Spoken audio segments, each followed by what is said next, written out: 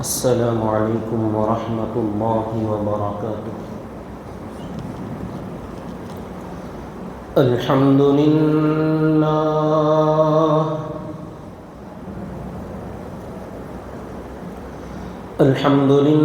نحمده ونستعینه ونستغفره ونؤمن به ونتوكل عليه ونعوذ بالله من شرور أنفسنا ومن سيئات أعمالنا من يهده الله فلا مضل له ومن يضلله فلا هادي له وأشهد أن لا إله إلا الله وحده لا شريك له وأشهد أن سيدنا وسندنا وحبيبنا ونبينا ومولانا محمدا عبده ورسوله أما بعد فأعوذ بالله من الشيطان الرجيم بسم الله الرحمن الرحيم فقد قال الله تبارك وتعالى في القرآن المجيد والفرقان الحميد ملعونين أينما ثقفوا أخذوا وقتلوا تقتيلا صدق الله العظيم وصدق رسوله النبي الكريم ونحن على ذلك لمن الشاهدين والشاكرين والحمد لله رب العالمين اللهم صل على محمد وعلى آل محمد كما صليت على إبراهيم وعلى آل إبراهيم إنك حميد مجيد اللهم بارك على محمد وعلى آل محمد كما باركت على إبراهيم وعلى آل إبراهيم إنك حميد مجيد۔ محترم بزرگان اسلام و برادران ملت اور میرے معزز سامعین کرام، اللہ کے پیارے نبی جناب محمد رسول اللہ صلی اللہ علیہ وسلم کی سیرت طیبہ کا سلسلہ فتح مکہ تک پہنچا تھا کہ سن 8 ہجری میں جب مکہ مکرمہ فتح ہوا تو آپ نے کیسے خانہ کعبہ کو غیر اللہ کی ناپاکی اور گندگی سے پاک اور صاف کیا۔ اس کے بعد آپ نے کوہ صفا اور کوہ مروہ پر بھی جو بت رکھے تھے اسے بھی صاف کیا، اور بہت ساری جگہوں پر آپ دعائیں کرتے ہوئے، نمازیں پڑھتے ہوئے، اللہ کا شکر بجا لاتے ہوئے بالآخر آپ صفا پہاڑی کے قریب تشریف فرما ہوئی۔ مکہ مکرمہ فتح ہو چکا ہے، اب آپ کی مرضی چل سکتی ہے کہ آپ جو چاہیں فیصلہ لیں۔ آپ کے سامنے بہت سارے لوگ جو جانی دشمن تھے، آپ کے ستانے والے تھے، آپ کے مارنے والے تھے، آپ کو اپنی بستی سے نکالنے والے جو لوگ تھے، وہ سب آج بے حیثیت آپ کے سامنے کھڑے ہیں۔ بڑے بڑے سردار بھی ہیں، نوجوان بھی ہیں، ذی عقل ہیں، ذی فہم ہیں، سب کچھ، لیکن حالات نے ایسا پلٹا کھایا کہ باری سب کی آتی ہے۔ تلک الایام نداولها بین الناس، لوگوں کے درمیان یہ دن بدلتے رہتے ہیں، اللہ نے فرمایا ہم بدلتے رہتے ہیں، یہاں ایک جیسے حالات کبھی کسی کے نہیں رہتے۔ تو جو اب تک بڑے زور میں، طاقت میں، حکومت میں تھے، آج وہ ایک دم کمزور ہو کر غلاموں کی حیثیت سے آپ کے سامنے حرم کے اندر کھڑے ہوئے ہیں۔ ایک وقت وہ بھی تھا کہ آپ کو اسی حرم میں اللہ کی عبادت کرنا بھی مشکل تھا۔ آپ سجدے میں جاتے تو کوئی آپ کی گردن مبارک کو بھینچ رہا ہے، کوئی آپ کی پیٹھ مبارک پر اونٹ کی اوجھڑی ڈال رہا ہے، طرح طرح سے آپ کو ستایا جاتا تھا۔ اور آج اسی حرم کے اندر، اسی خانہ کعبہ کے اطراف مطاف کے اندر یہ تمام لوگ اپنی قسمت کا فیصلہ سننے کے لیے انتظار میں کھڑے ہیں۔ جیسا کہ اس سے پہلے بھی بات آئی، آپ نے ان تمام لوگوں سے پوچھا تھا کہ تم کیا گمان رکھتے ہو، کیا سوچ رہے ہو؟ تو لوگوں نے بڑے اچھے انداز میں جواب دیا کہ آپ شریف ہیں اور شریف بھائی کی اولاد میں سے ہیں، تو آپ سے شرافت ہی کی امید ہے۔ تو آپ نے سب لوگوں کو علن اعلان فرما دیا فَاذْهَبُوا أَنْتُمُ الطُّلَقَاء، کہ جاؤ تم سب آزاد ہو، آج تم میں سے کسی کو غلام بھی نہیں بنایا جائے گا۔ اگر چاہیں تو غلام بھی بنا سکتے تھے، کیونکہ لڑائی اور جنگ میں ہارے ہوئے لوگ باندیاں اور غلام کی حیثیت سے گرفتار ہوتے ہیں، جیسا کہ خود غزوہ بدر میں انہی میں سے 70 افراد قیدی بن کر پکڑے گئے تھے۔ تو آپ نے فرمایا آج تم کو پکڑا بھی نہیں جائے گا، انتم الطلقاء، تم سب آزاد ہو۔ پھر فرمایا جیسے حضرت یوسف علیہ السلام نے اپنے بھائیوں سے کہا تھا لا تثریب علیکم اليوم، کہ آج تمہارا کوئی حساب کتاب نہیں، کوئی پوچھ گچھ نہیں کہ تم میں سے کس نے کب کیا کیا کیا تھا، کس کے ساتھ کیا لین دین، کیا برتاؤ، کیا ستانا، کیا ظلم و ستم کیا۔ لا تثریب علیکم اليوم، کچھ نہیں ہوگا۔ یغفر اللہ لکم، اللہ تمہیں معاف فرما دے، وہو ارحم الراحمین، اللہ بہت معاف کرنے والے ہیں۔ تو یہ تمام چیزیں پیش آنے کے بعد جب آپ نے اس طریقے سے دریائے رحمت اونڈیلا بہایا کہ لوگوں کو یوں معاف کر دیا، کسی سے کوئی سوال و جواب نہیں ہو رہا ہے، تو جب آپ صفا پہاڑی کے قریب تشریف فرما ہوئے ہیں تو یہ تمام لوگ جن کے دلوں کے اندر اب آپ کی محبت پیوست ہوتی جا رہی تھی، آپ کی دشمنی اور عداوت محبت اور دوستی میں بدلتی جا رہی تھی، یہ تمام لوگ دھیرے دھیرے ان کے دل پلٹ گئے اور یہ سب آپ کے سامنے آئے اور آپ سے درخواست کرنے لگے کہ جب آپ نے ہمارے ساتھ اتنا بڑا رحم کا، کرم کا، معافی کا معاملہ کیا ہی ہے، تو اب آگے آپ ہمیں اپنا غلام بھی بنا لیجیے، کہ چلیے اب آپ کا جو بھی دین ہے، آپ کا جو بھی کہنا ہے ہم مان لیتے ہیں، آج تک ہمارا یہی تو اختلاف تھا، اب اختلاف ختم کر دیتے ہیں، کیونکہ آج جو برتاؤ ہم نے دیکھا ہے ایسا کبھی کوئی سوچ بھی نہیں سکتا تھا۔ آپ جیسی شخصیت کا پھر بھی مخالفت کرنا، آپ سے اختلاف کرنا، یہ اپنی ہی محرومی، اپنی بدقسمتی ہوگی۔ تو اب لوگ جب آپ پر اسلام لانے، آپ کا کلمہ پڑھنے، تو دیکھیے زور اور زبردستی سے کسی کو کلمہ نہیں پڑھایا گیا۔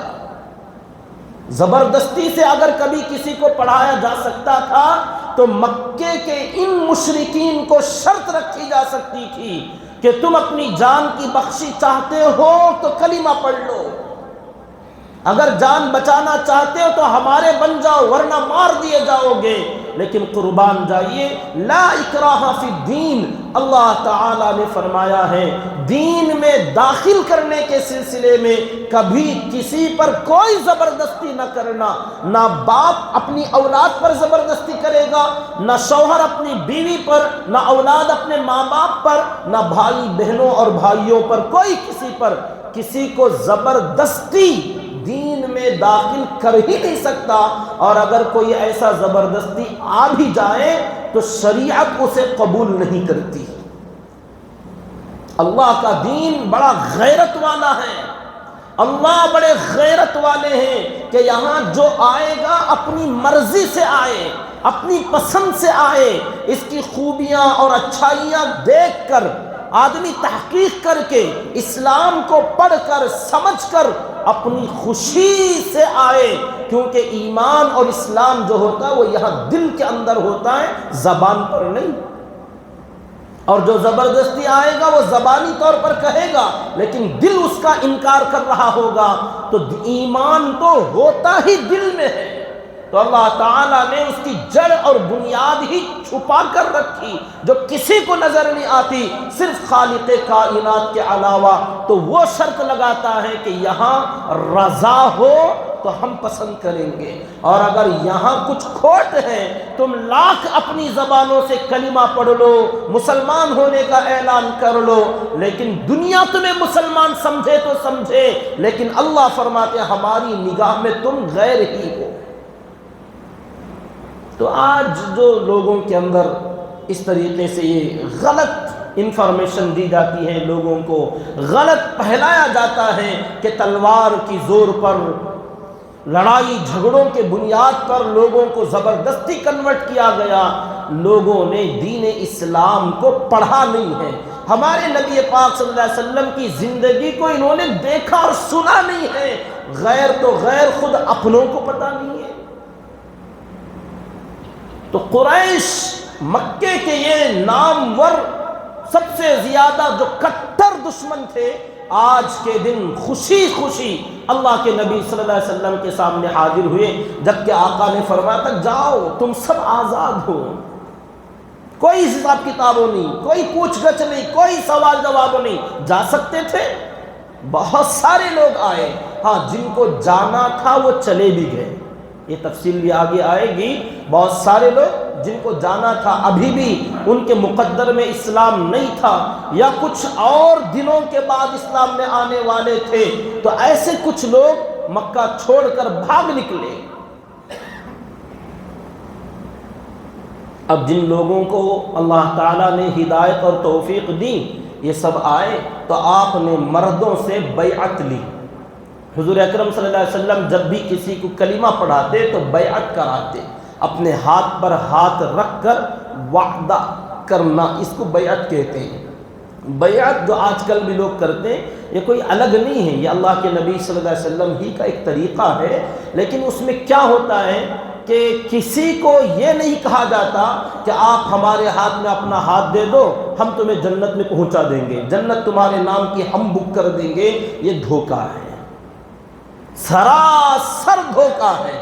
ہاں بیعت جو اللہ کے نبی صلی اللہ علیہ وسلم نے کی اور جو طریقہ صحیح ہے وہ یہ کہ کسی بھی پیر اور مرشد اور اپنے کسی بڑے جو شریعت کے پابند، سنت کے پابند، نماز روزے کے پابند، تقوی اور طہارت کے مالک، جو قرآن و حدیث کا علم جاننے والے، اللہ کے اور اللہ کے نبی کی محبت میں غرق ہوں، ایسے کسی بندے سے اپنی اصلاح کرانا اور ان کے ہاتھ پر وعدہ کرنا کہ آج کے بعد سے میں کوئی غلط کام نہیں کروں گا، نماز قضا نہیں کروں گا، اپنے نبی کے طریقے کے خلاف کوئی کام نہیں کروں گا، اس کی میں آپ کو گواہی دیتا ہوں، آپ کو میں وعدہ کرتا ہوں، تو یہ ہے بیعت۔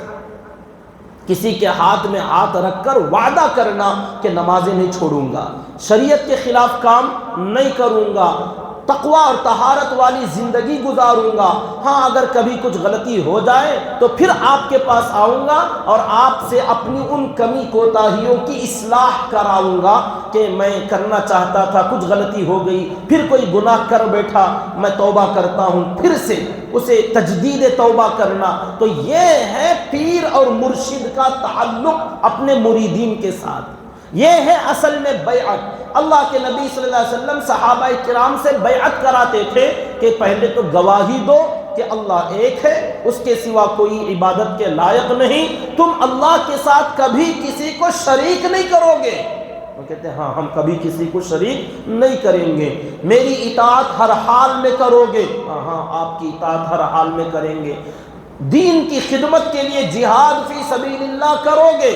ہاں کریں گے۔ تو یہ جو ضروری باتیں ہوتی، مردوں سے آپ بیعت لیتے اور ان کو بیعت کراتے، تو اب یہ سچے پکے مؤمن مسلمان بن کر وہاں سے اٹھتے تھے۔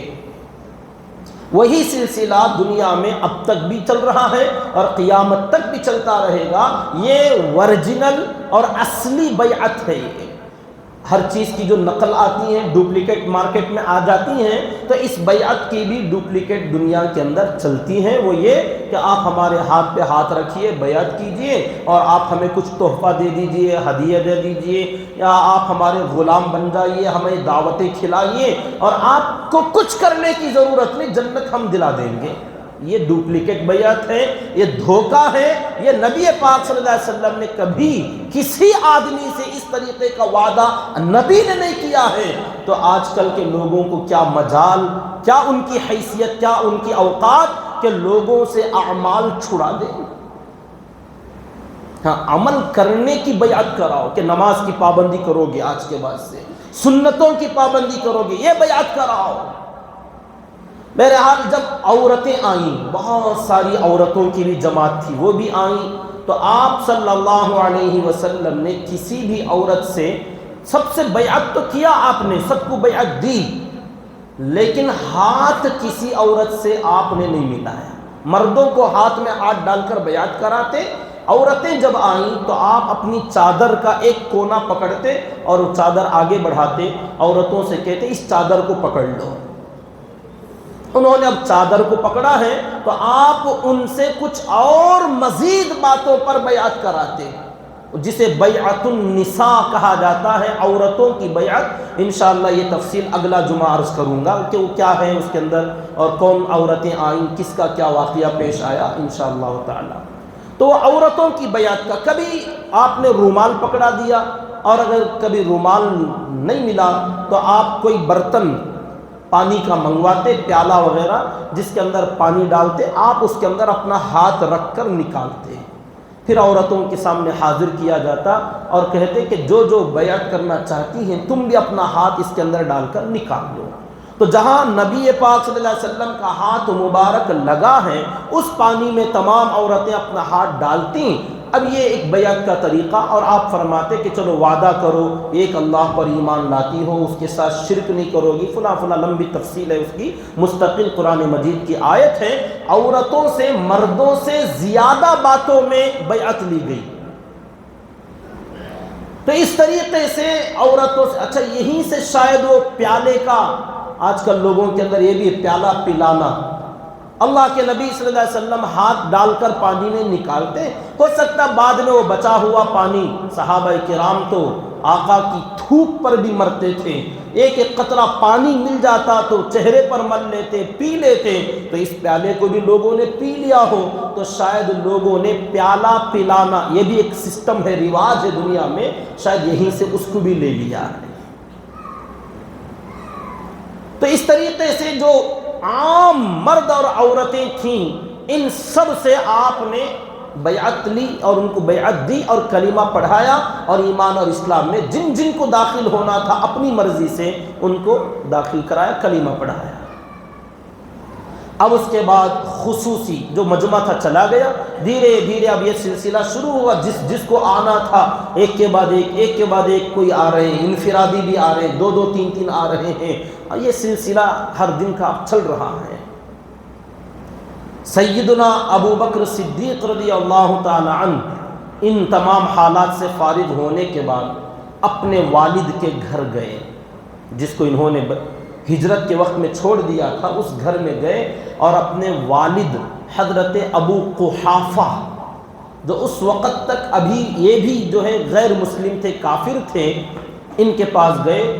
بہت بوڑھے، نحیف، لاغر، کمزور ہو گئے تھے، ان کا ہاتھ پکڑ کر ان کو بڑی مشکل سے چلاتے ہوئے حرم کے اندر لے کر آئے، اللہ کے نبی صلی اللہ علیہ وسلم کے قریب حاضر کیا، آپ کے سامنے بٹھایا، تو دیکھتے ہی آقا نے فرمایا، ابو بکر آپ نے اس بڑے میاں کو کیوں تکلیف دی، اتنی بڑی عمر والے، ان کے آنے میں چلنے میں دقت اور تکلیف ہے، ان کو آپ نے کیوں تکلیف دی؟ اگر کہتے تو میں خود ان کے گھر آ جاتا، میں آ جاتا، تکلیف دینے کی کیا ضرورت تھی؟ یہ ہمارے نبی پاک صلی اللہ علیہ وسلم کے صفات، اخلاق، کہ جو غیر مسلم بندہ ہے اگر وہ عمر میں بڑا ہے تو اس کا ادب اور لحاظ، حضرت ابو بکر سے کہتے ہیں میں آ جاتا، حالانکہ جانتے ہی آئے ہیں ایمان میں داخل ہونے۔ تو حضرت ابو بکر نے کہا اے اللہ کے نبی صلی اللہ علیہ وسلم، بجائے اس کے کہ آپ ان کے گھر جاتے، یہ زیادہ مناسب تھا کہ یہ آپ کے پاس آتے، یہ حق بنتا ہے ان کا، کیونکہ ان کو اپنی زندگی سنوارنا ہے، اپنی آخرت کامیاب بنانا ہے، تو اپنی تڑپ کے ساتھ ان کو آنا ضروری تھا۔ تو بہرحال آپ کے جانے کے بجائے ان کا آنا میں نے مناسب سمجھا تو میں نے لا لیا۔ اللہ کے نبی صلی اللہ علیہ وسلم نے ابو بکر رضی اللہ تعالیٰ عنہ کے والد ابو قحافہ کے سینے پر ہاتھ رکھا اور ان کو پھیرا، ان کے پیٹھ پر، کندھوں پر، سینے پر، تو اس کی ٹھنڈک ان کے دل اور کلیجے کے اندر محسوس ہوئی، اور آقا نے فرمایا چلیے پڑھ لیجئے، کلمہ پڑھ لی۔ انہوں نے بھی کلمہ پڑھ لیا۔ تو ایمان میں داخل ہونے کے بعد آپ صلی اللہ علیہ وسلم نے حضرت ابو بکر صدیق رضی اللہ تعالیٰ عنہ کو بشارت دی، مبارکبادی دی کہ آپ کے والد بھی ایمان میں داخل ہو گئے، واہ مبارک ہو، بشارت ہو۔ سیدنا ابو بکر صدیق رضی اللہ تعالیٰ عنہ نے عرض کیا مجھے میرے والد سے زیادہ آپ کے چچا ابو طالب اگر ایمان میں داخل ہو جاتے تو اس سے زیادہ خوشی ہوتی، کیونکہ آپ کے چچا کے ایمان میں آپ کی خوشی ہے اور میرے والد کے ایمان میں خود صرف میری خوشی ہے، تو مجھے اس سے زیادہ خوشی اس وقت ہوتی جب آپ کے چچا ابو طالب مسلمان ہو جاتے۔ بہرحال مقدر اور قسمت کی بات ہے۔ یہ ایک گھرانہ، ایسا گھرانہ ہے حضرت ابو بکر رضی اللہ تعالی عنہ کا، جن کی والدہ، والد، خود یہ اور ان کی اہلیہ، ان کے بچے، بیٹے، بیٹیاں، سارا گھر ایمان میں اگر کسی کا داخل ہوا تو وہ صرف اور صرف حضرت ابو بکر صدیق رضی اللہ تعالیٰ عنہ کا گھرانہ ہے، کہ ان کے والد ابو قحافہ، ان کی والدہ ام رومان اور ان کی اہلیہ محترمہ اور ان کے ام رومان، غالباً نام بھول رہا ہوں میں، تو ان کی بچیاں حضرت عائشہ صدیقہ رضی اللہ تعالی عنہ، اور ان کی جو بیٹے تھے ابو بکر، عبد الرحمن، عبداللہ رضی اللہ تعالی عنہم، یہ تمام کا تمام گھرانہ سب کے سب ایمان میں داخل ہوئے۔ تو یہ حضرت ابو بکر صدیق رضی اللہ تعالیٰ عنہ صرف اکیلے ان کی یہ فضیلت حاصل ہے، باقی کسی گھر میں کوئی آئے تو کوئی نہیں آئے، بیوی ہے تو شوہر نہیں، باپ ہے تو بیٹا نہیں، بیٹا ہے تو باپ نہیں، بھائی ہے تو دوسرا نہیں، عورت آئی تو مرد نہیں، اس طریقے سے، لیکن اللہ تعالیٰ نے ان کے گھرانے کو بڑا پسند کیا۔ آپ صلی اللہ علیہ وسلم نے فرمایا ان کے والد کی حالت کو دیکھ کر سر کے بال سے لے کر پلکیں، بھویں، مونچھ، داڑھی سب سفید ہو گئی تھی، تو آپ نے فرمایا ان کو بالوں کا رنگ تھوڑا بدل دو، خضاب لگاؤ، مہندی لگاؤ، تاکہ ان کے بالوں کا یہ سفیدی رنگت میں بدل جائے، لیکن یاد رکھنا کالے رنگ سے بالکل پرہیز کرنا، کالا خضاب بالکل نہ لگانا۔ ہاں اس کے علاوہ کوئی ایسا لگے، پتہ چلے کہ یہ سفید بال ہے جس کو دوسرے رنگ میں رنگا گیا ہے، تو اس کے علاوہ کالے بال کے علاوہ کسی بھی خضاب کی اجازت اللہ کے نبی صلی اللہ علیہ وسلم نے دی۔ یہ عمر دراز لوگ جن کے بال سفید ہو جائیں ان کے لیے ہیں، نوجوان جو اپنے بالوں کو طرح طرح کے رنگوں میں رنگ لیتے ہیں یہ بالکل ناجائز اور حرام ہے۔ جن کے بال سفید ہو جائیں ان کے لیے اللہ کے نبی صلی اللہ علیہ وسلم کا حکم ہے، سنت ہے کہ خضاب لگائیں، مہندی لگائیں۔ اس کے بہت سارے فوائد ہیں، جسمانی اور صحت کے اعتبار سے بھی اور ایمانی اور مذہب اسلام کے اعتبار سے بھی۔ اللہ کے نبی صلی اللہ علیہ وسلم نے بعض مواقع پر بات آئے گی، صحابہ کرام نے اس کو اپنایا تھا، بہرحال خضاب کا حکم دیا حضرت ابو قحافہ رضی اللہ تعالیٰ عنہ کو اور گھر واپس روانہ کر دیا۔ اب اس کے بعد سلسلہ شروع ہوتا ہے ان لوگوں کا جن کو اللہ کے نبی صلی اللہ علیہ وسلم نے مکے میں آنے سے پہلے نام بنام گنوایا تھا کہ ان میں سے کسی کو بھی کہیں بھی مل جائیں تو ہرگز نہ بخشنا، ہر حال میں ان کو قتل کر دینا، چاہے وہ لوگ حرم کے اندر ہوں، خانہ کعبہ کے دیوار سے لگے ہوئے، خانہ کعبہ کے غلاف سے چمٹ کر وہ لوگ دعائیں کر رہے ہو، کچھ بھی کر رہے ہو، جہاں جس کو ملے قتل کر دینا۔ جو اللہ نے قرآن مجید میں بھی فرمایا ہے ملعونین، وہ ایسے ملعون تھے، ایسی لعنت کے مستحق تھے، فرمایا اینما ثقفوا، جہاں کہیں بھی وہ تمہیں ملے اخذوا، پکڑ لو مت چھوڑو، وقتلوا تقتیلا، اور ان کو قتل کر کے چھوڑ دینا، بالکل نہ بخشنا۔ اللہ کا بھی حکم تھا، اللہ کے نبی صلی اللہ علیہ وسلم کا بھی فرمان تھا۔ مختلف نام گنوائے گئے، 10 نام میں نے پہلے بتایا تھا، اس سے زیادہ 14-15 نام تک بھی ملتے ہیں، جس کے اندر عورتیں بھی ہیں مرد بھی ہیں۔ مشہور نام جو بہت زیادہ مشہور ہیں، 4-5 نام ملتے ہیں۔ 10-15 لوگوں کے بارے میں آقا نے فرمایا تھا کہ اسے یہ مرد اور یہ عورتیں ہر حال میں مار دیے جائیں۔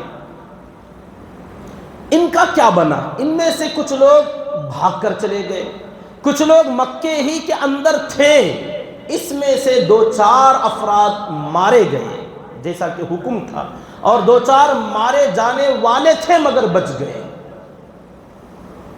ایک نام آتا ہے عبداللہ ابن خطل، قتل الگ ہے، قتل ہونا، خا طا لام خطل، عبداللہ ابن خطل، یہ آدمی، اب ان کو جو اللہ کے نبی صلی اللہ علیہ وسلم نے اتنی سختی کے ساتھ فرمایا، ان کی کیا وہ غلطی تھی، آخر وہ کیا جرم تھا ان لوگوں کا، یہ اگر جانے تو بات سمجھ میں آتی کہ ہاں یہ حکم بالکل مناسب تھا، اگر وہ حالات نہ جانے تو بات سمجھ میں نہیں آتی کہ آخر کیا غلطی تھی ان کی، کیوں ان کو اتنا سخت حکم دیا گیا تھا۔ عبداللہ ابن خطل نام کا یہ آدمی مکہ مکرمہ کا رہنے والا، مدینہ منورہ آیا تھا اور مسلمان تھا،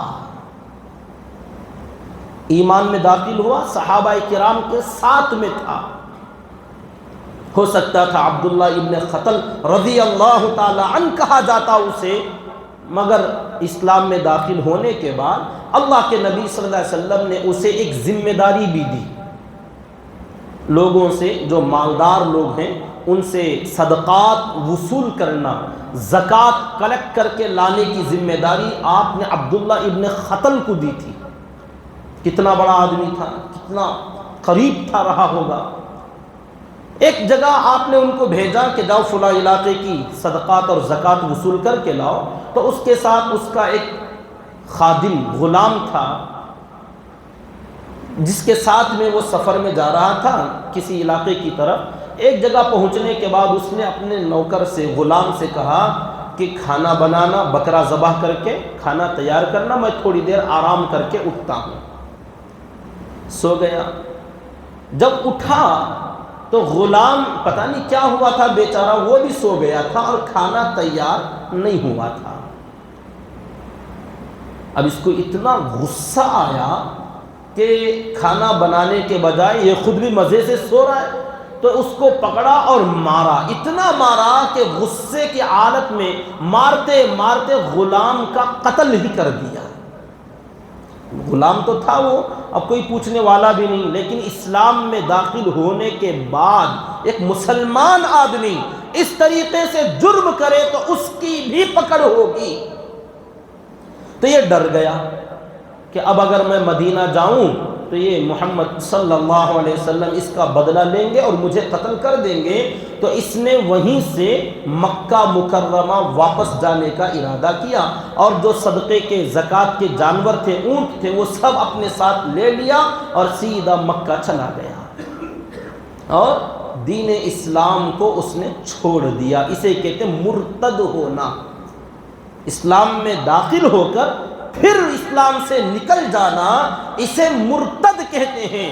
اور اگر کسی ملک میں کوئی بندہ ایسا کام کرے اور اس ملک میں شریعت کا حکم چلتا ہو، اسلامی حکومت ہو، تو ایسے مرتد کو قید کیا جائے گا. اس کا حکم ہے کہ اسے پوچھا جائے، سمجھایا جائے کہ تو نے کیوں ایسا کام کیا، اسلام تجھے کیوں پسند نہیں آیا.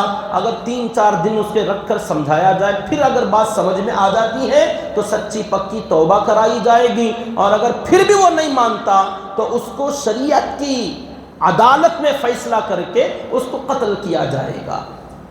یہ میں اس لیے کہہ رہا ہوں کیونکہ بعض لوگ یہاں اپنے علاقوں میں کبھی کبھی ایسے ہوتا ہے تو بعض لوگ سمجھتے ہیں شاید ہماری بھی ذمہ داری قتل کر دینا. نہیں، یہ ہمارا مسئلہ نہیں ہے. مرتد کی سزا قتل ہے، لیکن اس کا بہت بڑا ایک پروسیجر ہے، اس کے احکامات ہیں، اس کے ایک قاضی ہیں، اس کی کنڈیشن ہے. وہ تمام حال احوال غور و فکر کرنے کے بعد قاضی وقت جو ہوگا وہ فیصلہ کرائے گا. تو بہرحال اس بندے نے یہ کام کیا کہ ایک غلام کو قتل کر دیا، صدقات اور زکوٰۃ کے جانور چرا کر چلا گیا، اسلام چھوڑ کر مرتد ہو گیا. اتنا ہی نہیں، مکہ جانے کے بعد یہ بڑا شاعر بھی تھا، تو اللہ کے نبی صلی اللہ علیہ وسلم کی شان میں گستاخی میں اشعار لکھتا، قصیدے لکھتا. اور اس کی 2 باندیاں تھیں، ان باندیوں کو وہ جو گانے والی تھی، مغنیاں تھیں، ان کو کہتا کہ تم یہ پڑھو میں نے جو لکھا ہے. اللہ کے نبی صلی اللہ علیہ وسلم کی توہین میں، انسلٹ میں جو اشعار اس نے لکھا تھا، اس کی باندیاں مجمعوں میں جاتی، جہاں کہیں شراب کباب کی مجلسیں لگتی وہ وہاں جاتی، اس کا لکھا ہوا قصیدہ پڑھ پڑھ کے مزے لیتے. تو اللہ کے نبی صلی اللہ علیہ وسلم کو بڑی سخت تکلیف ہوتی. تو اب آپ اندازہ لگائیے اتنے سارے جرم اس بندے میں شامل تھے کہ مرتد ہو گیا تھا، قتل کا گناہ تھا، صدقے کے زکوٰۃ کے اونٹ چرا کر گیا تھا، اور سب سے بڑی بات یہ اللہ کے نبی صلی اللہ علیہ وسلم کی شان میں توہین بہت کرتا تھا. تو اس لیے آقا نے فرمایا عبداللہ ابن خطل یہ جہاں کہیں بھی مل جائے. اب سوچو اس فیصلے کو کہ اگر یہ حرم کے اندر رہے، غلاف کعبہ اگر پکڑ کر رہا ہو تو اس کو وہی قتل کر دینا، کیونکہ یہ قتل کا مستحق ہے. بات سمجھ میں آئی؟ تو مکہ فتح ہونے کے بعد یہ اسی جگہ پر ملا، حرم کے اندر خانہ کعبہ کی دیوار اور غلاف کے اندر پھنسا ہوا اور ڈر رہا تھا، بچنے کی کوشش کر رہا تھا. ایک صحابی کی نظر پڑ گئی، جا کر اللہ کے نبی صلی اللہ علیہ وسلم کو بتایا تو آپ نے فرمایا میں نے تو پہلے ہی کہا مار دو اسے. تو اسے اسی جگہ پر حرم کے اندر قتل کر دیا گیا. عبداللہ ابن خطل ایک بڑا بدنصیب آدمی جو فتح مکہ کے دن نبی نے جس کے بارے میں کہا تھا مار دیا گیا. اس کی 2 باندیاں جو اللہ کے نبی صلی اللہ علیہ وسلم کی شان میں گستاخی کرتی تھی، آقا نے ان 2 عورتوں کے بارے میں بھی فرمایا تھا کہ انہیں بھی مار دو. ان میں سے ایک باندی تو مار دی گئی اور ایک باندی کے بارے میں لوگوں نے درخواست کی کہ امن دے دیجئے، معاف کر دیجئے. تو آقا نے اسے معاف کر دیا تو وہ کلمہ پڑھ کے اسلام میں داخل ہو گئی، جس کا نام لے کر آقا نے کہا تھا کہ اس کی دونوں باندیوں کو بھی مار دو. ایک مر گئی، دوسری اسلام میں داخل ہوئی. تیسری ایک عورت تھی سارہ، جس کا تذکرہ اس سے پہلے 2-3 جمعہ پہلے آیا تھا کہ مدینے سے صحابہ کے آنے سے پہلے حضرت حاتب بن ابی بلتہ رضی اللہ تعالیٰ نے خط دے کر جس عورت کے ہاتھ بھیجا تھا وہ وہی سارہ تھی، جو وہ بھی قصیدے پڑھتی تھی، گانے والی تھی. تو وہ بھی اللہ کے نبی صلی اللہ علیہ وسلم کی شان میں ہجو اور گستاخی کرتی تھی. تو آقا نے فرمایا تھا اس سارہ کو بھی مار دیا جائے، مگر وہ بھی سامنے آئیں اور کلمہ پڑھ کر اسلام میں داخل ہو گئی. آقا نے اسے بھی معاف کر دیا. تو جن کو سختی کے ساتھ حکم تھا ان میں سے بھی جو لوگ آگے آئے اور اپنی مرضی سے اسلام میں داخل ہوئے ان کو بھی آقا نے معاف کر دیا. کلمہ پڑھنے کے بعد بالکل معاف. اب پہلے والے احکام سب ختم، اب نیا چیپٹر ان کا شروع ہے. پہلے والے گناہ معاف ہو چکے ہیں. اسی طریقے سے ایک اور آدمی تھا مقیس بن سبابہ. اللہ کے نبی صلی اللہ علیہ وسلم نے فرمایا تھا یہ بھی جہاں ملے اسے قتل کر دینا۔ اس کا کیا جرم تھا؟ جو بھی بندہ ہے ہر ایک کا جرم آپ کو پتا چلے، بات سمجھ میں آتی۔ مقیس بن سبابہ جو تھا یہ بھی مسلمان ہو کر مدینہ منورہ آیا تھا اور صحابہ کرام کے ساتھ میں رہتا تھا۔ اس کی غلطی یہ ہوئی کہ اس کا بھائی بھی اس کے ساتھ میں ہشام نام کا ساتھ میں مدینہ آیا تھا۔ ایک مدینے کے انصار صحابی نے، جن کو معلوم نہیں تھا کہ یہ دونوں بھائی مسلمان ہو گئے ہیں، دوسرے بھائی کو دشمن کا آدمی سمجھ کر ایک انصاری صحابی نے غلطی سے قتل کر دیا۔ مقدمہ آیا اللہ کے نبی صلی اللہ علیہ وسلم کے دربار میں، تو آپ صلی اللہ علیہ وسلم نے اس انصاری صحابی سے پوچھا کہ کیا بات ہے، کیوں تم نے قتل کیا؟ تو انہوں نے بتایا غلطی ہو گئی، میں سمجھتا تھا وہ دشمن کا آدمی ہے، جاسوسی کر رہا ہے، تو اس لیے میں نے قتل کر دیا، جبکہ وہ صحیح مسلمان آدمی تھا۔ تو اللہ کے نبی صلی اللہ علیہ وسلم نے فرمایا بھائی غلطی سے قتل ہوا ہے تو اس کے سزا کے طور پر بدلے میں قاتل کو قتل نہیں کیا جائے گا، جان بوجھ کر اگر قتل کرتا تو قصاص ہے، یہ غلطی میں ہوا ہے، لیکن بدلہ تو تمہیں ضرور ملے گا، اس کے خون کا بدلہ 100 اونٹ ہم اپنی طرف سے دے دیتے ہیں، لے لینا، اس صحابی کو معاف کر دینا۔ اللہ کے نبی صلی اللہ علیہ وسلم نے خون کا بدلہ دیا، تو یہ مقیس بن سبابہ اتنے سارے اونٹ لینے کے باوجود اپنے بھائی کے خون کا بدلہ لینا چاہتا تھا، تو اس انصاری صحابی کو مار دیا۔ اب بنتا ہے قتل کا بدلہ قتل، قصاص، تو وہ ڈر گیا اور مدینہ منورہ چھوڑ کر اسلام سے پھر کر وہ بھی مرتد ہوا اور مکہ واپس بھاگ کے آ گیا تھا۔ تو ایک انصاری صحابی کو قتل کرنے کی وجہ سے اور مرتد ہونے کی وجہ سے اللہ کے نبی صلی اللہ علیہ وسلم نے فرمایا تھا مقیس بن سبابہ اسے بھی قتل کر دینا، تو وہ بھی مار دیا گیا۔ یہ دو چار نام عبداللہ ابن قتل اور مقیس بن سبابہ، دو مردوں کے اور اس کی دو باندیاں تھیں وہ، لیکن سارا جو نام کی عورت تھی وہ اسلام میں داخل ہو گئی۔ ایک اور نام آتا ہے عبداللہ ابن ابی سرح۔ اللہ کے نبی صلی اللہ علیہ وسلم نے فرمایا عبداللہ ابن ابی سرح یہ بھی جہاں ملے اس کو مت چھوڑنا۔ ان کا بڑا عجیب و غریب واقعہ سننے کے لائق ہے۔ یہ بھی مسلمان ہو کر آئے تھے مدینہ، سب کے تقریباً حالات ایسے ہی ہیں۔ مدینہ آئے، علم والا آدمی تھا عبداللہ ابن ابی سرح، کتنا علم تھا، لکھنا پڑھنا جانتے تھے۔ تو اللہ کے نبی صلی اللہ علیہ وسلم نے ان کو وحی لکھنے والے صحابہ کے ساتھ بٹھایا۔ جو قرآن کی آیتیں اترتی تھیں اللہ کے نبی صلی اللہ علیہ وسلم لکھنے والے صحابہ کو بلاتے، جو اس وقت میں قریب میں کہیں موجود جو ہوتے ان کو بلاتے اور ان سے لکھواتے کہ اب یہ آیتیں اتری ہیں لکھ لو۔ ہر ہمیشہ تمام صحابہ ساتھ میں نہیں رہتے تھے، کبھی کوئی آیت اتری، کبھی سفر میں اتری، کبھی مسجد میں آ گئی، کبھی میدان جنگ میں اتری، تو جو آیت جہاں اترتی لکھواتے صحابہ سے۔ تو یہ عبداللہ ابن ابی سرح جب مسلمان ہو کر مدینہ آئے تو ان کا پہلا نام تھا زمانہ جاہلیت کا عبد العزا بن ابی سرح، عزا کا بندہ۔ تو اللہ کے نبی صلی اللہ علیہ وسلم نے غلط نام تھا بدل دیا کہ عبداللہ ابن ابی سرح تمہارا نام ہے کہ اللہ کے بندے ہو تم، عزا کے بندے نہیں۔ اور کام کتنا بڑا دیا کہ جو وحی اترے اسے لکھنا، جب بھی تم یہاں ہو بلاؤں گا لکھ لینا، اور وہ لکھتے تھے۔ لیکن ایک مرتبہ ہوا ایسے، اللہ کے نبی صلی اللہ علیہ وسلم پر قرآن مجید کی آیتیں اتریں، 18واں پارہ جس کی بڑی ہی مزیدار آیتیں ہیں، شروع کی ابتدائی آیتیں، اس کے اندر انسان کی خلقت، انسان کی جو بناوٹ ہے، کیسے اللہ نے بنایا، وہ آیتیں اللہ نے نازل فرمائیں۔ تو جیسے جیسے آیت اترتی آپ فرماتے عبداللہ ابن ابی سرح سے کہ لکھ لو، تو وہ لکھتے گئے۔ آپ نے فرمایا، اللہ تعالیٰ نے فرمایا ہے لَقَدْ خَلَقْنَا الْإِنسَانَ مِنْ سُلَالَةٍ مِّن طِينٍ، کہ ہم نے کھڑکتی ہوئی مٹی سے انسان کی تخلیق کی ہے۔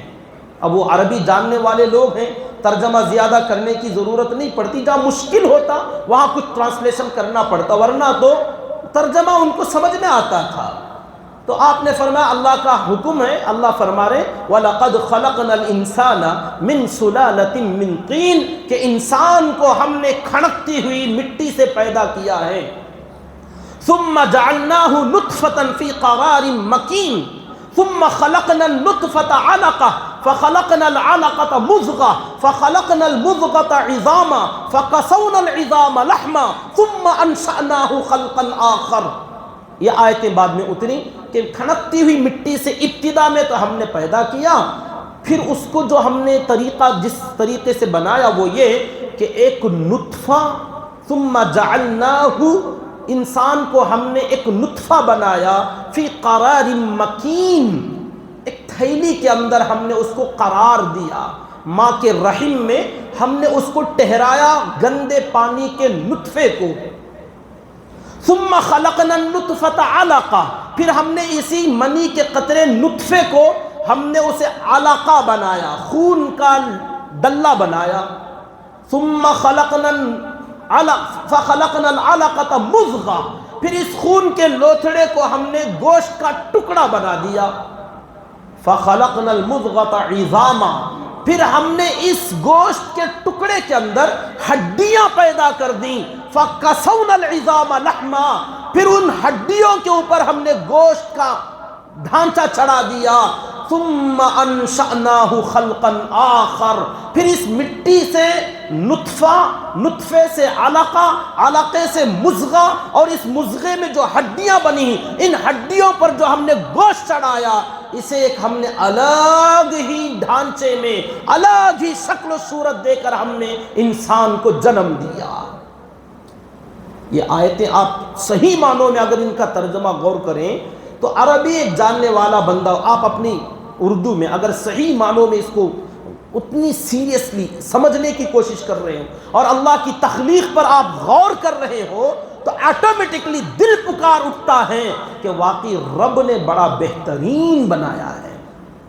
ہم اپنی زبان میں بول لیں گے تو یہ بندہ وہ آیتیں لکھتا جا رہا تھا، جیسے اللہ کے نبی صلی اللہ علیہ وسلم فرما رہے کہ اللہ نے یہ فرمایا، اللہ نے یہ فرمایا، اللہ نے یہ فرمایا، تو وہ لکھتے گئے ثم انشأناہ خلقا آخر۔ یہ تمام مراحل سے گزرنے کے بعد انسان کو ہم نے ایک الگ ہی شکل میں دنیا میں پیدا کیا، تو اس نے فوراً دل میں بات آئی اور زبان سے بھی کہہ دیا فتبارک اللہ احسن الخالقین۔ عربی والا آدمی تھا، عربی میں ایک ورڈ اس نے جملہ کہا کہ بہت بابرکت ہے وہ اللہ جو بہترین انداز میں پیدا کرنے والا ہے۔ یہ جملہ اس کی زبان سے نکلا، جیسے نارمل طور پر کوئی بھی آدمی اگر غور سے سنے گا تو اس کا دل یہ پکار اٹھتا ہے، تو اس نے بھی یہی جملہ کہہ دیا اور ادھر سے اللہ نے بھی وہی جملہ کہا۔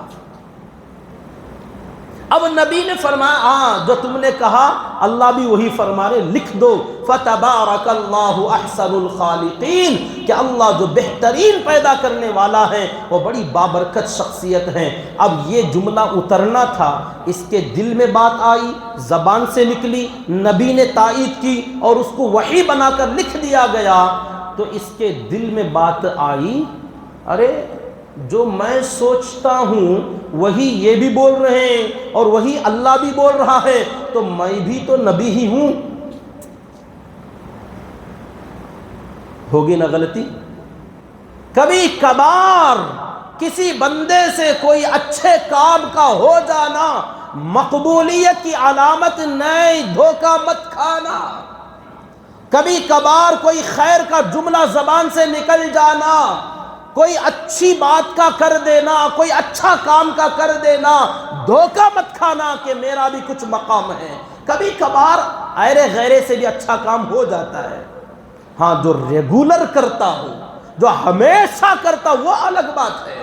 کبھی کبھار یکا دکا کبھی صدقہ کر دیا، کبھی کسی پر بہت رحم کر دیا، کبھی جوش میں آئے تو پوری رات نفلیں پڑھ لی، کبھی 2-4 روزے رکھ لیے، تو مت سمجھنا کہ میں بھی ولی بن گیا، میں بھی بہت بڑی شخصیت بن گیا۔ یکا دکا کبھی ایسے حالات آ جاتے ہیں۔ خاص کر دین کا کام کرنے والے، خدمت کرنے والے، حفاظ، علماء، داعی، مجاہدین، یہ جو بھی ہیں، کبھی کبھار اگر کوئی ایسی بات اثر کرنے والی نکل جائے، حق کی بات کبھی نکل جائے، قرآن و حدیث کی جو بات ہم جانتے نہیں تھے، بائی مسٹیک ہم نے صحیح بول دیا، بعد میں پتا چلا کہ اچھا ایسا ہی تھا، اب دل میں من میں لڈو پھوٹتے ہیں، اچھا میں بھی کتنا بڑا ولی رہوں گا، پڑھاچ نہیں تھا پھر بھی میں بول ڈالا۔ یہ ایک دو بار کی ادا ہے، اس پر ناز نہ کرنا، تمہارے جہنم کا راستہ کھل جائے گا۔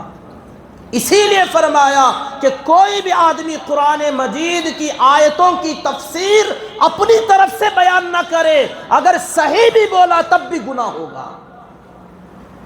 اللہ کے نبی صلی اللہ علیہ وسلم نے فرمایا قرآن مجید کی آیت پڑھے اور اس کا معنی مطلب اپنی طرف سے بیان نہ کرنا۔ ہاں تم نے پڑھا ہے، اساتذہ سے سیکھا ہے، علم تمہارے پاس ہے تو اس کی روشنی میں بتا سکتے ہو، بتاتے وقت غلطی بھی ہو جائے تب بھی معاف کر دیا جائے گا اور ثواب ملے گا، اور اگر تم نے سیکھے بغیر، حاصل کیے بغیر صحیح بھی بتاؤ گے تب بھی گناہ ہوگا۔ کیوں؟ کیونکہ ایک بار صحیح بتاؤ گے، دو بار صحیح بتاؤ گے، اس کے بعد تمہارا دماغ، تمہارا دل ہر مرتبہ کچھ نہ کچھ بولنے کو چاہے گا، اور تم اب آگے جاتے جاتے ایرے غیرے جو آیا بولتا چلے جاؤ گے، اور یہی راستہ تمہاری گمراہی کا، اور جو تمہارے پیچھے آئے انہیں بھی گمراہ کرنے کا کھول لو گے۔ تو ایک دو بار صحیح بول لینا، ایک دو بار صحیح کام کر لینا، یہ مقبولیت اور بہت پہنچی ہوئی شخصیت ہونے کی علامت نہیں ہے۔ جو یہ عبداللہ بن ابی سرح سے ہوا تو اس نے اپنے دل میں سوچا کہ میں بھی تو نبی ہی ہوں، میرے بھی اندر وہی باتیں آ رہی جو ان کے اندر آ رہی، تو اس کے بعد سے اس نے گڑبڑی کرنا شروع کیا۔ اللہ کے نبی صلی اللہ علیہ وسلم کوئی آیتیں اور اترتی، فرماتے لکھو، اب اس آیت میں آتا اللہ تعالیٰ فرماتے واللہ غفور الرحیم، تو یہ کہتا واللہ علیم الحکیم، لکھ لیتا کہ چلو کیا لکھے تو کیا فرق ہے، اللہ علیم بھی ہے، حکیم بھی ہے، اللہ غفور بھی ہے، رحیم بھی ہے۔ اس آیت میں اللہ فرما رہے غفور الرحیم، تو یہ لکھتا علیم الحکیم۔ اللہ فرماتے قرآن مجید کی آیت ہے ان اللہ کان حلیما غفورا، کہ لکھو حلیما غفورا ہے، تو یہ لکھتا عزیزا حکیما، اپنی طرف سے کہ اللہ زبردست ہے، حکمت والا ہے۔ تو جہاں جو لکھنا تھا وہ نہ لکھتا، اپنی طرف سے کچھ گڑبڑ کر کے لکھنا شروع کر دیا۔ دھیرے دھیرے یہی چیز اس کو غلط فہمی میں ڈالنے لگی کہ اس نبی کو اتنا بھی پتہ نہیں کہ میں کیا لکھ رہا ہوں، اور یہ مانتے چلے جا رہے ہیں، کیونکہ ہمارے نبی پاک صلی اللہ علیہ وسلم الفاظ دیکھ کر پڑھنا نہیں جانتے تھے۔ الفاظ دیکھ کر پڑھنا کہ کیا لکھا ہے آپ کو آتا نہیں تھا، اور الفاظ کا لکھنا آپ کو آتا نہیں تھا، تو لکھاتے اور پوچھتے پڑھو تم نے کیا لکھا ہے، اب وہ جو سناتا کہ نا ٹھیک ہے۔ تو اس طریقے سے اس کو اللہ کے نبی صلی اللہ علیہ وسلم سے ایک قسم کی بدگمانی ہو گئی کہ یہ بھی کیا نبی، میں جھوٹ لکھا تو بھی پکڑ نہیں سکتے، غلط لکھا تو بھی ان کو معلوم نہیں ہوتا۔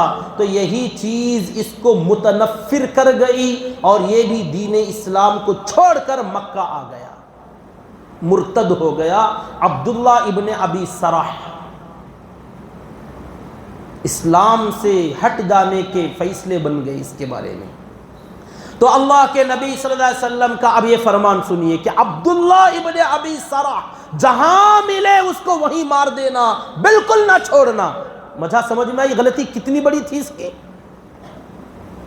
لیکن ہوا یہ سا کہ مکہ فتح ہونے کے بعد عبداللہ ابن ابی سرح کو پتہ چل گیا کہ میرے نام کا وارنٹ جاری ہو چکا ہے، تو یہ چھپتا پھر رہا تھا۔ اور اتفاق کی بات یہ کہ یہ رشتے میں حضرت عثمان غنی رضی اللہ تعالی عنہ کا دودھ شریک بھائی تھا۔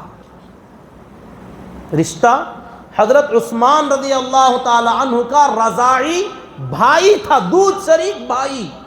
تو یہ فوراً حضرت عثمان غنی رضی اللہ تعالیٰ عنہ کے گھر آیا، ان کے قریب میں آیا اور کہا آپ مجھے امان دے دیجئے، مجھے بچا لیجئے۔ تو حضرت عثمان رضی اللہ تعالیٰ عنہ بھائی چارگی کی وجہ سے اس کو اپنے پاس رکھ کر چھپاتے پھر رہے تھے۔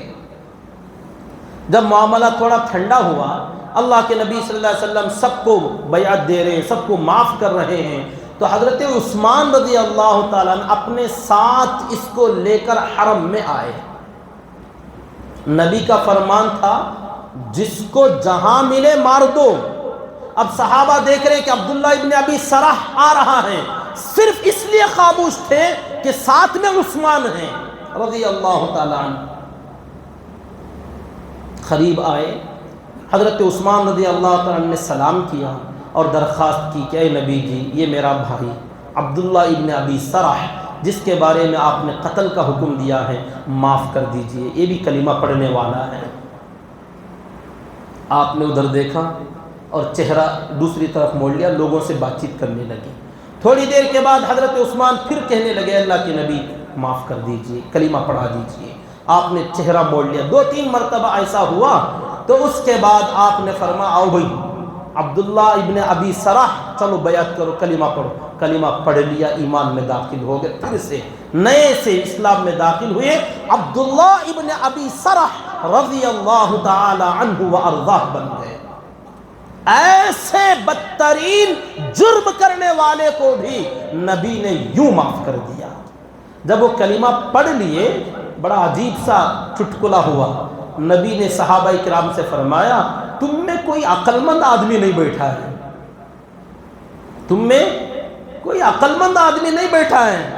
حضرت عباد بن بشر رضی اللہ عنہ ایک صحابی تھے جنہوں نے منت مانی تھی کہ عبداللہ ابن ابی سرح اگر مجھے ملے گا تو میں ضرور قتل کروں گا۔ ان کی قسم تھی، منت تھی۔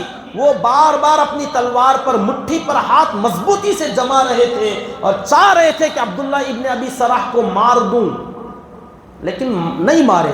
تو آپ صلی اللہ علیہ وسلم نے انہی کو دیکھ کر پوچھا تم میں سے کوئی عقل مند آدمی نہیں ہے؟ تو انہوں نے کہا اے اللہ کے نبی جی کیوں، کیا بات ہے؟ کہا میں 3-4 مرتبہ ان کو دیکھ کر جو میں نے اندیکھا کر دیا، جو اگنور میں نے کیا، یہ اسی لیے کیا تھا کہ تم میں سے کوئی آدمی اٹھ کر اس کو مار دے۔ یہ میرا اشارہ تھا کہ اسے نہ چھوڑو، قتل کر دو۔ میں نے پہلے بھی کہا تھا کہ جو جہاں ملے ان میں سے کسی کو نہ چھوڑنا، چاہے وہ میرے سامنے کیوں نہ ہو، مگر تم میں سے کسی نے سمجھا ہی نہیں۔ عباد بن بشر رضی اللہ عنہ نے کہا نبی جی میں سمجھ بھی گیا تھا، کب سے انتظار میں ہوں، آپ مجھے دیکھ بھی رہے تھے، صرف میں اس بات کا انتظار کر رہا تھا کہ آپ اشارہ کریں تو میں مار دوں۔ آپ کے اشارے کا انتظار کر رہا تھا۔ آقا نے فرمایا میں نبی ہوں، کسی کے فیصلے اشاروں میں نہیں کرتا۔ اشاروں کنایوں میں کرنا یہ بھی خیانت ہے، یہ بھی دھوکہ ہے کہ ایک آدمی میرے سامنے آیا ہے، بات کر رہا ہے اور میں کننکھیوں سے اس کے بارے میں غلط فیصلہ کر دوں، یہ نبی کی شان نہیں ہوتی۔ جو بولوں گا صاف صاف بولوں گا، ڈنکے کی چوٹ بولوں گا۔ کننکھیوں سے اشارے کرنا، اشاروں کنایوں میں فیصلے کرنا ایک نبی، ایک حق پرست آدمی کبھی نہیں کر سکتا۔ کیا شان ہے ہمارے نبی کی، کیا شان ہے کہ ایسے آدمی کو جس کے بارے میں چاہتے ہیں کہ مار دیا جائے، فیصلہ ہو چکا ہے، خواہش ہے دلی کہ مار دیں، صحابہ انتظار بھی کر رہے ہیں، وہ معاملے کو سمجھ نہیں پا رہے، چاہتے کہ اشارہ کریں، اور نبی فرماتے ہیں ہم اشاروں میں فیصلے نہیں کرتے۔ امام الانبیاء صلی اللہ علیہ وسلم، قربان جائیے نبی کی اداؤں پر، آقا کے صفات پر، آپ کی رحمت للعالمین پر، کہ ہم نے آپ کو وما ارسلناک الا رحمت للعالمین جو کہا، صحیح معنوں میں آپ نبی کی رحمت للعالمین ہونے کو جاننا اور پہچاننا چاہتے ہو تو یہ فتح مکہ کے ان واقعات کو، ایسے کٹر دشمنوں کے فیصلوں کو آپ پڑھ کے اور سن کر سمجھنے کی کوشش کیجیے۔ یہ عبداللہ ابن ابی سرح رضی اللہ تعالی عنہ جب پھر سے دوبارہ پلٹے ہیں تو اس کے بعد سے الحمدللہ ایسے سچے پکے مؤمن مسلمان رہ کر زندگی گزارے کہ حضرت ابو بکر، حضرت عمر، حضرت عثمان غنی رضی اللہ تعالی عنہما کے دور میں بڑے بڑے عہدوں پر فائز تھے، اور ان کو یمن کے اور بعض علاقوں کے گورنر بھی ان کو منتخب کیا گیا تھا۔ حضرت عمر رضی اللہ تعالیٰ نے ان کو اپنی دور خلافت میں ایک علاقے کا گورنر مقرر کیا تھا، اور افریقہ جو فتح ہوا اس فتح کرنے میں حضرت عبداللہ ابن ابی سرح کا بھی دخل ہے۔ اس کے ہیرو اور اس کا صحرا انہی کے سر پر آتا ہے کہ حضرت عبداللہ ابن ابی سرح رضی اللہ تعالی عنہ نے افریقہ کے علاقوں کو فتح کرایا تھا۔ ان کے انتقال کا بھی بڑا عجیب واقعہ لکھا ہے کہ انہوں نے اللہ تعالیٰ سے یوں دعا کی تھی، اللہم اجعل آخر عملی الصبح، اے اللہ میری زندگی کا آخری عمل صبح سویرے ہو جائے، یعنی میری موت آئے تو صبح کے وقت میں آئے، اور میری زندگی کا آخری عمل صبح کو ہو اور میں دنیا سے چلا جاؤں۔ اللہ نے ایسے قبول کی کہ صبح کا اولین وقت تھا، غلس میں جو فجر کی نماز پڑھتے تھے، حضرت عبداللہ ابن ابی سرح رضی اللہ تعالیٰ عنہ امامت کے فرائض انجام دے رہے ہیں، فجر کی نماز مکمل طریقے سے پڑھائی، دائیں طرف سلام پھیرا، بائیں طرف کا سلام نکل رہا تھا، انتقال کر گئے۔ مصلی پر جو دعا انہوں نے کی تھی، اللہ تعالیٰ نے اس دعا کو یوں قبول کیا کہ صبح سویرے ان کا آخری عمل تھا نماز، اور نماز ختم بھی ہو رہی تھی اور باہر نکل بھی نہیں پائے تھے کہ دنیا سے پرواز کر گئے رضی اللہ تعالی عنہ وارضاہ۔ تو یہ وہ نامی بدماش لوگ ہیں جن کو قتل کرنے کا نبی نے حکم دیا تھا، اس میں سے یہ نکل گئے عبداللہ ابن ابی سرح رضی اللہ تعالیٰ۔ اور دو نام جو مشہور ہیں، اکرمہ ابن ابی جہل، ابو جہل کا بیٹا اکرمہ، اللہ کے نبی نے فرمایا تھا اس کو بھی ہرگز نہ چھوڑنا، جہاں ملے مار دو، کیونکہ یہ ابو جہل اور اس کا بیٹا دونوں برابر سرابر تھے، جیسا باپ ویسا بیٹا۔ زمانے جاہلیت میں برابر نبی کو ستانے میں، تکلیفیں دینے میں اپنے باپ کے ساتھ ہمیشہ لگا رہتا تھا، حتیٰ کہ غزوہ بدر میں آپ پڑھ کے دیکھ لیجئے کہ وہ بھی ساتھ میں وہیں پر تھا، اور جن صحابہ نے ان کے باپ کا قتل کیا تھا، معاذ اور معوذ، ان میں سے ایک بچے کا ہاتھ جنہوں نے کاٹا تھا یہ یہی اکرمہ بن ابی جہل تھے۔ اور ہر جنگ میں کمانڈر بن کے آنا، سپہ سالار بن کے آنا، اور نوجوانوں کو لیڈ کرنا اکرمہ کی عادت۔ اور خود مکہ جس دن فتح ہوا اس دن بھی خالد بن ولید رضی اللہ تعالیٰ عنہ سے لڑنے والی جماعت میں اکرمہ کا رول تھا۔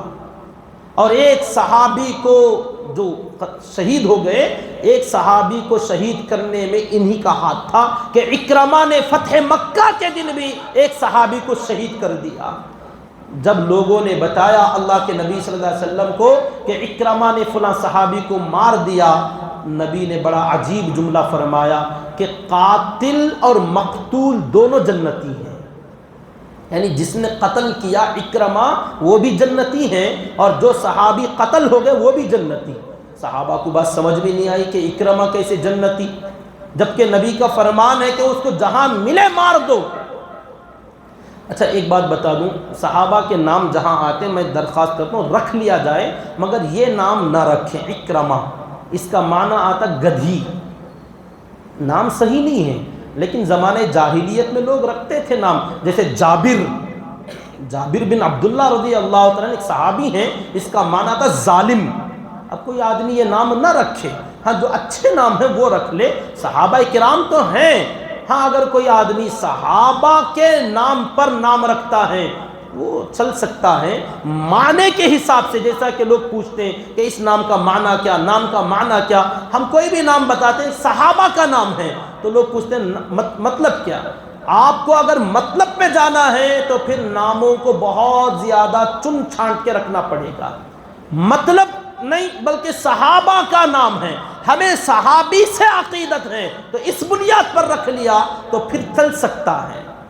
کہ ہمیں معنی سے کیا لینا دینا، ہمیں تو اس ذات سے کہ جس ذات کا یہ نام تھا، یہ فلاں شخصیت تھی، یہ فلاں کارنامے والی شخصیت تھی، ہم نے نام رکھ لیا. جیسے صفوان چٹان، پتھر، پہاڑ نام ہے. تو بہرحال اکرمہ کے بارے میں اللہ کے نبی صلی اللہ علیہ وسلم کا حکم تھا قتل کر دو. یہ فتح مکہ کے دن مکہ چھوڑ کر بھاگ گئے، یمن چلے گئے.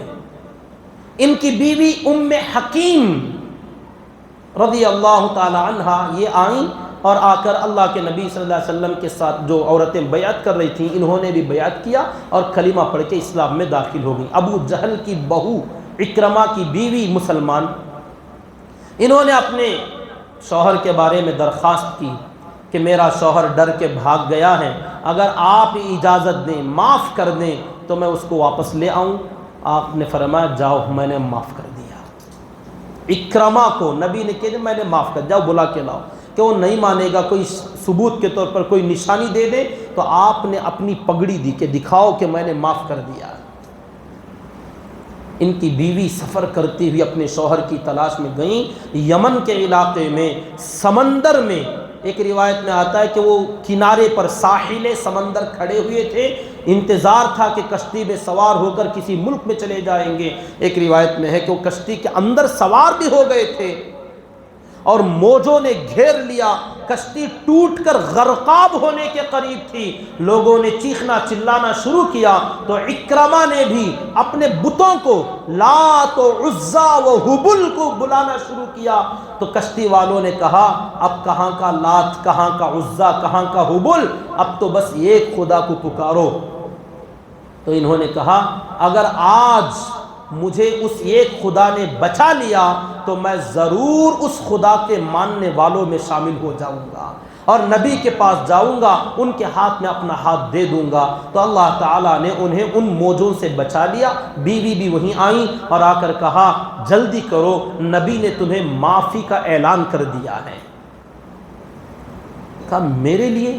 ہاں، نام لے کر کہا، نام لے کر کہا، یہ نشانی دی ہے. اور فرمایا اکرمہ تم جانتے نہیں ہو میں جس کے پاس سے آ رہی ہوں وہ بڑا نیک، بڑا رحم دل، بڑا صلہ رحمی کرنے والے، بڑی شفقت کرنے والے، بڑے بڑے نامی گرامی بدماشوں کو ایک ایک کر کے معاف کر دیا، تمہیں بھی معاف کر دیا اور مجھے بھیجا ہے تمہیں لانے کے لیے. بڑے شریف نبی کے پاس سے میں آ رہی ہوں، جلدی کرو، اتنے بڑے خیر سے محروم مت ہو جانا.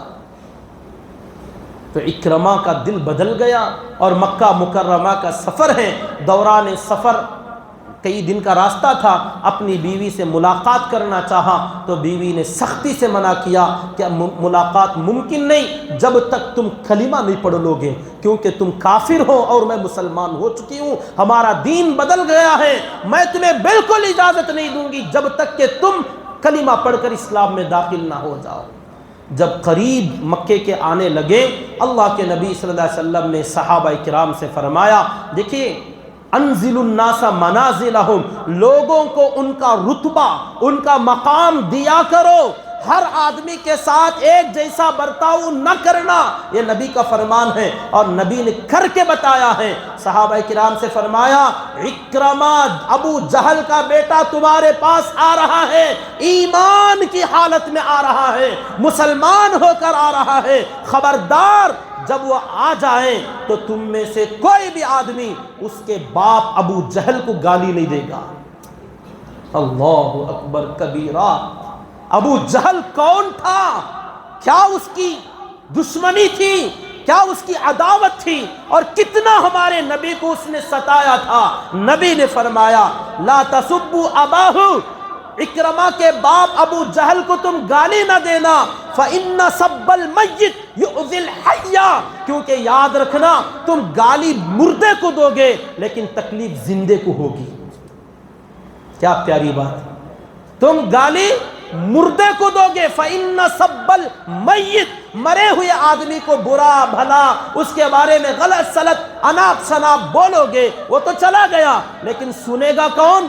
جو اس کی اولاد ہے، اس کے وارث ہیں، تو زندے آدمی کو تکلیف ہوگی. تو خبردار آج کے بعد سے ابو جہل کو گالی اور برا بھلا مت کہنا.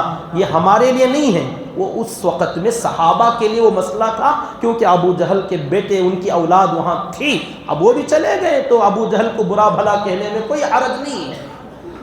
کوئی آدمی اس سے یہ نہ سمجھے، اس سے مسئلہ خود سے نہ نکال لینا کہ نبی کی حدیث ہے، مولانا بیان کر رہے تھے ابو جہل کو غلط نہیں بولنا کرتے، پھر کہیں وہ مسئلہ نہ ہو جائے فرعون کے پاس جا کر فاتحہ پڑھنے کا، وہ مسئلہ نہ ہو جائے۔ ابو جہل کے بارے میں بول سکتے ہیں اس وقت میں کہ جو سامنے تھے، اب کہاں ان کی نسل، کہاں ان کی اولاد، وہ تو نسل ہی ختم ہو گئی۔ تو کیا اللہ کے نبی صلی اللہ علیہ وسلم نے لوگوں کی قدر کی؟ جب وہ آئے اکرمہ تو اللہ کے نبی صلی اللہ علیہ وسلم اپنی جگہ سے اٹھ گئے، کیونکہ سردار کا بیٹا تھا بھائی، بہت بڑا سپہ سالار تھا، بہت بڑے کارنامے والا آدمی تھا، میدان جنگ کا ماہر تھا اکرمہ۔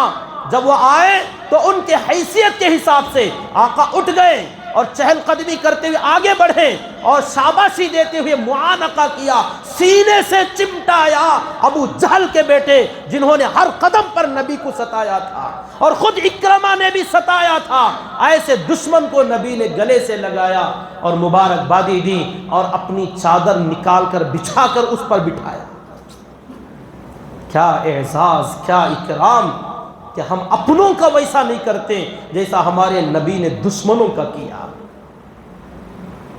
اکرمہ یہ تمام حالات دیکھ کر پانی پانی ہو جاتے ہیں کہ کیا میں کر رہا تھا اور یہ ہے کیا، میں نے آج تک نہیں سمجھا۔